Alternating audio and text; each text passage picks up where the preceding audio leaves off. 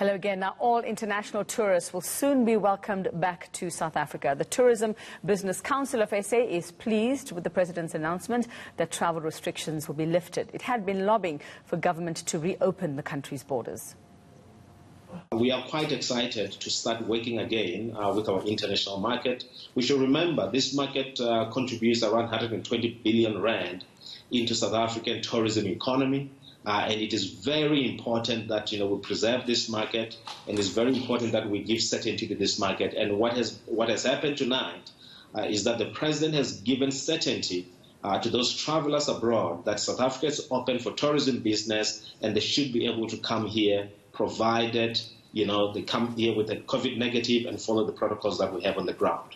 What is your understanding on when this kicks in? In your understanding, is this immediate? Well, our understanding is that as soon as the regulations are amended and they are gazetted, it means that it's effective. And we do hope that happens in the next few days, if it hasn't happened already.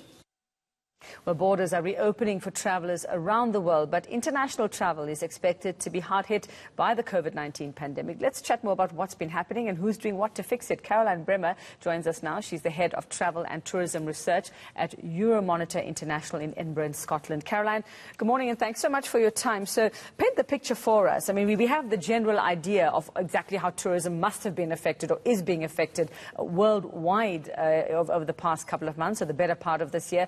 But just from what you've noticed, what you're being told, paint the picture for us. Where's it extremely bad? Who's been hardest hit by this and what's happening there? Well, I think it's very important to say that the coronavirus has been a truly global pandemic, and that means that all destinations around the world have been severely impacted. And, when we look at the global forecasts for this year, we expect a drop between 55 to 60% in our best case scenario. And with that would take at least, 3 years, if not more, to recover to those pre-crisis levels. There are some destinations that are, a bit more advanced in terms of their recovery stage. So we see, signs of tourism picking up in regions like Asia that were first to go into the pandemic. And then there are other regions that are now going back into a second wave, like in Europe. So it's a very fluid situation. And obviously it all kind of depends on what happens with the vaccine. And so our expectations at Euromonitor is that there is a global vaccine rolled out, with the recent news that we had this week. And we would expect that rolled out, in the first quarter to, the first half of next year. So as I say, it's still a very unpredictable situation, but, it's great to hear that countries such as yourselves are opening up. Well, there's a bit of apprehension about that, I can tell you, Caroline. We're all just a bit iffy. Is it too soon? Should we be doing this right now? But the reasons we understand. But you also are keeping an eye on countries that are actually doing something. They're finding other ways to cope with this. They're finding innovative ways. They're rethinking travel. Who's doing what?